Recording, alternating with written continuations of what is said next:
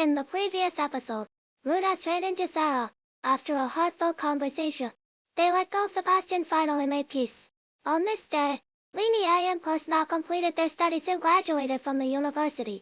However, before leaving, they had one last unresolved matter, a duel to determine the next clan leader. They specifically asked Rudeus and the others to witness it. Always one to enjoy a good spectacle. Rudeus happily acted as the commentator. The two fought from day until dusk, with Persona ultimately emerging victorious. Rudeus wanted to use magic to heal Persona's injuries, but she refused. She wanted to keep the scars as a testament to her friendship with Linnea. With that, she left accompanied by Nanahashi and Cliff. Linnea, on the other hand, had the exact same mindset. When asked about her future plans, she said she intended to travel for a while before trying her hand at business. She confidently predicted that within 5 years, she'd be a millionaire. However, Rudeus had a bad feeling about that. After bidding farewell to Persona and Linnea, Rudeus and Nanahashi began experimenting with teleportation magic. Seeing the same light as during the teleport incident, Rudeus wanted to abort the experiment more than once. Fortunately, the experiment was a success. They managed to summon a watermelon, a fruit that didn't exist in this world. This meant Nanahashi was one step closer to returning home. Overjoyed, she immediately wanted to report this achievement to her master. Rudeus had always been curious about who this summoning expert was. Nanahashi had no intention of hiding it this time, as she had planned to introduce Rudeus to him anyway. She mentioned that this person might even have a way to cure Rudeus's mother's amnesia. Rudeus grew even more curious about who possessed such abilities, until Nietzsche finally spoke the name, the Armored Dragon King, Perugius. About 400 years ago, the Laplace War erupted across the entire continent. During that war, Perugius rebuilt the aerial fortress and successfully sealed the place alongside his companions.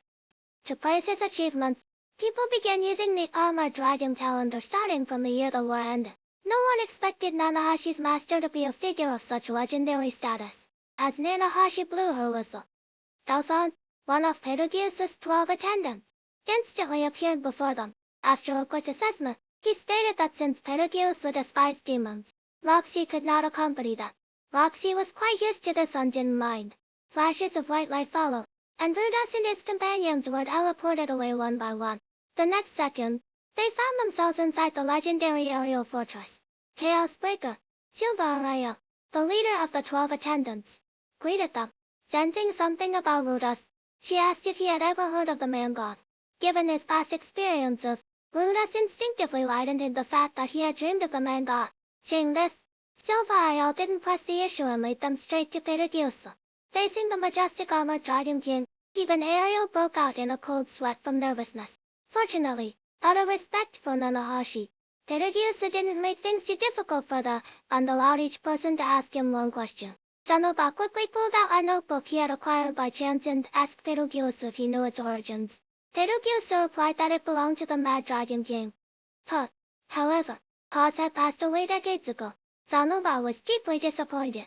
He had really wanted to meet the creator of such exquisite dolls. Appreciating Zanoba's pursuit of art, Perugius mentioned that he had several of Cause's works that Zanoba was afraid of you. After answering Zanoba's question, Perugius turned his attention to Rudeus. Having learned at first that Rudeus played a crucial role in the research, Perugius was curious about what reward Rudeus desired. Rudeus stated that he only wanted to know if there was a way to restore Zenith's memory. Perugius was surprised. He told Rudeus that Zenith's condition was not unprecedented. Alina lied, standing right beside him. Hadn't she been rescued from the labyrinth 200 years ago? If that was the case, why didn't Rudeus ask her? Rudeus looked at Alina's eyes in shock, but he understood she might have had her reasons for hiding it, so he decided to listen to her explanation later. Next, Sophie asked her question, who exactly had caused the teleport incident.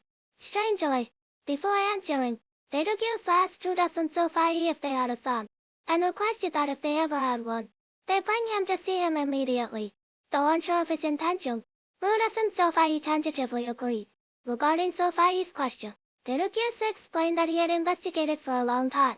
However, even he couldn't use the summoning magic of that magnitude to bring Nanahashi to this world.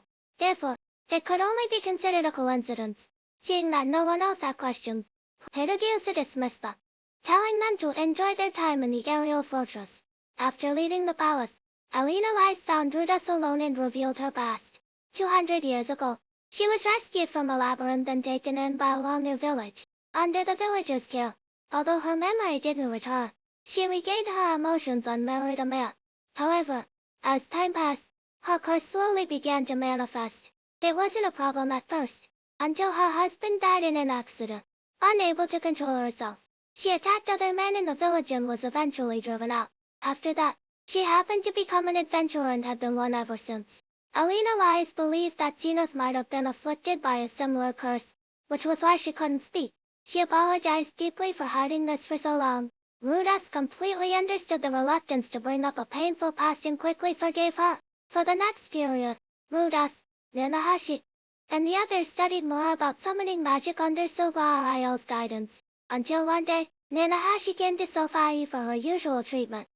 But for some reason, the magic didn't work this time and instead worsened Nanahashi's symptoms. What exactly was going on?